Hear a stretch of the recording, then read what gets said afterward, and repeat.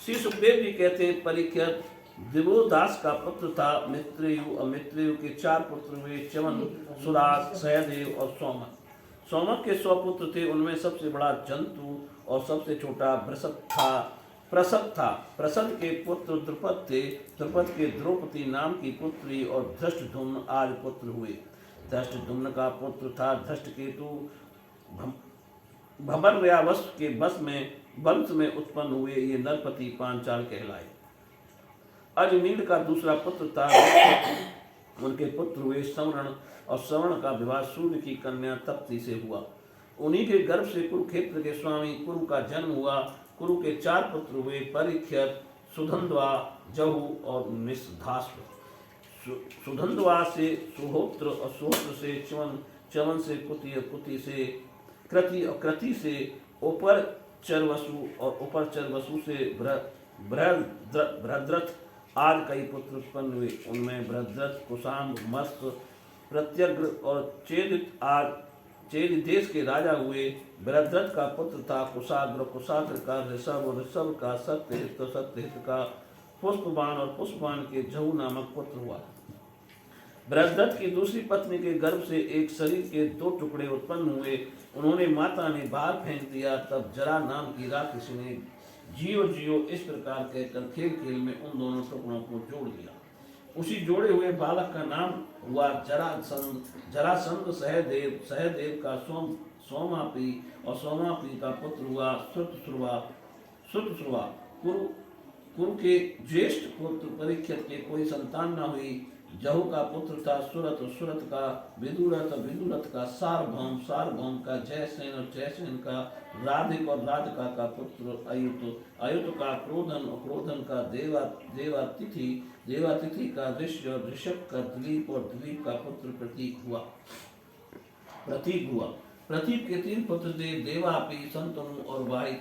देवापी अपना पैतृक राज छोड़कर वन में चला गया, इसलिए उसके छोटे भाई शंतनु राजा हुए। पूर्व जन्म में शंतनु का नाम महाभेष था। इस जन्म में वे अपने हाथों से जिसे छू देते थे, वे बूढ़े से जवान हो जाता था, उसे परम शांति मिल जाती थी।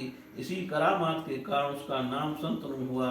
एक बार शंतनु के राज्य में 12 वर्ष तक इंद्र ने वर्षा नहीं की। इस पर ब्राह्मणों ने शंतनु से कहा कि तुमने अपने बड़े भाई देवापि से पहले की विवाह अग्निहोत्र और राजपद को स्वीकार कर लिया, अतः तुम परवेकता हो, इसी से तुम्हारे राज्य में वर्षा नहीं होती। अब यदि तुम अपने नगर और राष्ट्र की उन्नति चाहते हो तो शीघ्र से शीघ्र अपने बड़े भाई का राज्य लौटा दो। जब ब्राह्मणों ने शंतनु से इस प्रकार कहा, तब उन्होंने वन में जाकर अपने बड़े भाई देवापि से राज्य स्वीकार करने का अनुरोध किया, परंतु शंतनु के मंत्री असम्राट ने पहले से ही उनके पास कुछ ऐसे ब्राह्मण भेज दिए थे जो वेद को दूषित करने वाले वचनों से देवापि को वेद मार्ग से विचलित कर चुके थे। इसका फल यह हुआ कि देवापि वेदों के अनुसार गृहस्थ आश्रम स्वीकार करने की जगह उनकी निंदा करने लगे, इसलिए वे राज्य के अधिकार से वंचित हो गए। और तब शंतनु के राज्य में वर्षा हुई। देवापि इस समय भी योग साधना कर रहे हैं और योगियों के प्रसिद्ध निवास स्थान कलाप ग्राम में रहते हैं। जब कल युग में चंद्रवंश का नाश हो जाएगा, तब सतयुग के प्रारंभ में वे फिर उसकी स्थापना करेंगे। शंतनु के छोटे भाई बाहिक का पुत्र हुआ सोमदत्त। सोमदत्त के 3 पुत्र हुए, भूरि, भृश्रवा, सल। शंतनु के द्वारा गंगा जी के गर्भ से नैष्ठिक ब्रह्मचारी भीष्म का जन्म हुआ। वे समस्त धर्म यज्ञों के सिरमौर, भगवान के परम प्रेमी भक्त और परम ज्ञानी थे। वे संसार के समस्त वीरों के अग्रगण्य नेता थे। औरों की तो बात ही क्या, उन्होंने अपने गुरु भगवान परशुराम को भी युद्ध में संतुष्ट कर दिया था। शंतनु के द्वारा तासराज की कन्या के गर्भ से 2 पुत्र हुए, चित्रांगद और विचित्र भी। चित्रांगद नामक गंधर्व ने मार डाला। इसी दासराज की कन्या सतवती से पराशर जी के द्वारा मेरे पिता भगवान के कला अवतार स्वयं भगवान श्री कृष्ण द्वयापन व्यास जी अवतीर्ण हुए। उन्होंने वेदों की रक्षा की। परीक्षित, मैंने उन्हीं से इस श्रीमद् भागवत पुराण का अध्ययन किया था। यह पुराण परम गोपनीय, अत्यंत रहस्यमय है। इसी से मेरे पिता भगवान व्यास जी ने अपने पैर आदि शिष्यों को इसका अध्ययन नहीं कराया। मुझे ही इसके योग्य अधिकारी समझा। एक तो मैं उनका पुत्र था और दूसरे शांति आदि गुण भी मुझ में विशेष रूप से थे। संतनु के दूसरे पुत्र विचित्रवीर ने काशीराज की कन्या अंबिका और अम्बालिका से विवाह किया। उन दोनों को भीष्म जी स्वयंवर से बलपूर्वक ले आए थे। विचित्रवीर अपनी दोनों पत्नियों में इतना आसक्त हो गया कि उसे राजखेमा रोग हो गया। उसकी मृत्यु हो गई। माता सत्यवती के कहने से भगवान व्यास जी ने अपने संतानहीन भाई की स्त्रियों से धृतराष्ट्र और पांडु दो पुत्र उत्पन्न किए। उनकी दासी से तीसरे पुत्र विदुर जी हुए। परीक्षित धृतराष्ट्र की पत्नी थी गांधारी, उसके गर्भ से 100 पुत्र हुए। उसमें सबसे बड़ा था दुर्योधन, कन्या का नाम था दुसला। पांडु की पत्नी थी कुंती। साप बस पांडु स्त्री सहवास नहीं कर सकते थे, इसलिए उनकी पत्नी कुंती के गर्भ से धर्म, वायु और इंद्र के द्वारा क्रमशः युधिष्ठिर, भीमसेन और अर्जुन नाम के 3 पुत्र उत्पन्न हुए। ये तीनों के तीनों महारथी थे। पांडु की दूसरी पत्नी का नाम था माद्री।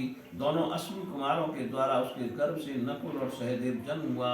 परीक्षित, इन 5 पांडवों के द्वारा द्रौपदी के गर्भ से तुम्हारे 5 चाचा उत्पन्न हुए। इनमें से युधिष्ठिर के पुत्र का नाम था प्रतिबिंधु, भीमसेन का पुत्र था शत्रुसेन, अर्जुन का श्रुतकीर्त, नकुल का सतमी और सहदेव का श्रुतकर्मा। इनके सिवा युधिष्ठिर के पौरवी नाम की पत्नी से देवक और भीमसेन के हिडिंबा से घटोत्कच और काली से सर्वगत नाम के पुत्र हुए। सहदेव के पर्वत कुमारी विजया से सुहोत्र और नकुल के कौरवमती से निर्मित्र हुआ। अर्जुन द्वारा नाग कन्या उलूपी के गर्भ से इरावान और मणिपुर नरेश की कन्या से बभ्रुवाहन का जन्म हुआ। बभ्रुवाहन अपने नाना का ही पुत्र माना गया, क्योंकि पहले से ही यह बात तय हो चुकी थी। अर्जुन की सुभद्रा नाम की पत्नी से तुम्हारे पिता अभिमन्यु का जन्म हुआ। वीर अभिमन्यु ने सभी रथियों को जीत लिया था। अभिमन्यु के द्वारा उत्तरा के गर्भ से तुम्हारा जन्म हुआ। परीक्षित, उस समय कुरुवंश का नाश हो चुका था। अश्वत्थामा के ब्रह्मास्त्र से तुम भी जल ही चुके थे, परंतु भगवान श्री कृष्ण ने अपने प्रभाव से तुम्हें उस मृत्यु से जीता जागता बचा लिया। परीक्षित, तुम्हारे पुत्र तो सामने ही बैठे हुए हैं। इनके नाम है जन्मेजय, श्रुतसेन, भीमसेन और उग्रसेन। ये सब के सब बड़े पराक्रमी हैं। तब तक्षक के काटने से तुम्हारी मृत्यु हो जाएगी। तब इस बात को जानकर जन्मेजय बहुत क्रोधित होगा और यह सर्पयज्ञ की आग में सर्पों का हवन करेगा। ये कालशेष तुर्क को पुरोहित बनाकर अश्वमेध यज्ञ करेगा और सब ओर से सारी पृथ्वी पर विजय प्राप्त करके यज्ञों के द्वारा भगवान की आराधना करेगा। जन्मेजय का पुत्र होगा शतानीक। वह याज्ञवल्क्य के ऋषि से तीनों वेद और कर्म कांड की तथा कृपाचार्य से अस्त्र विद्या की शिक्षा प्राप्त करेगा एवं सौनक जी से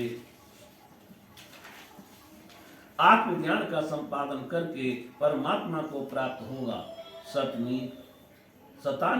शतानीक का सहस्त्रानीक और सहस्त्रानीक का अश्वमेधज का असीम कृष्ण और असीम कृष्ण का पुत्र होगा नेम चक्र।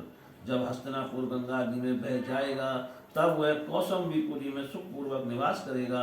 नेम चक्र का पुत्र होगा चित्ररथ, चित्ररथ का कविरथ, कविरथ का भ्रष्टमान और भ्रष्टमान का राजा सुसेन और सुसेन का सुनीत, सुनीत का नरचक्षु, नरचक्षु का सुखी नल, सुखी नल का परिलप और परिप्लव का सुने और सुने का मेधावी, मेधावी का नृपंजय और नृपंजय का दूर्व और दूर्व का पुत्र तिनी होगा। तिनी से बृहद्रथ, बृहद्रथ से सुदास, सुदास से शतानीक और शतानीक से तुर्दमन और तुर्दमन से बहिनर, बहिनर से दंडपाणी और दंडपाणी से निमि और निमि से राजा खेमक का जन्म होगा। इस प्रकार मैंने तुम्हें ब्राह्मण और क्षत्रिय दोनों के उत्पत्ति स्थान सोम वंश का वर्णन सुनाया। बड़े बड़े देवता और ऋषि इस वंश का सत्कार करते हैं। यह वंश कलयुग में राजा खेमक के साथ ही समाप्त हो जाएगा। अब मैं भविष्य में होने वाले मगध देश के राजाओं का वर्णन सुनाता हूँ। जरासंध के पुत्र सहदेव से मार्जारी और मार्जारी से श्रुतश्रवा, श्रुतश्रवा से अयुतायु और अयुतायु से निर्मित नामक पुत्र होगा। निर्मित्र के सुनक्षत्र के भरतसेन के कर्मजित के शतंजय के विप्र और विप्र के पुत्र का नाम होगा शुचि। शुचि से खेम से सुब्रत से धर्मसूत से सम से धर्मसेन और धर्मसेन से सुमति और सुमति से सुवल का जन्म होगा। सुवल का सुनीत का सत्यजित का विश्वजित और विश्वजित का पुत्र रिपुंजय होगा। ये सब बृहद वंश के राजा होंगे, बृहद्रथ वंश के राजा होंगे। इनका शासन काल 1000 वर्ष के भीतर ही होगा। बोलिए श्री कृष्ण भगवान की।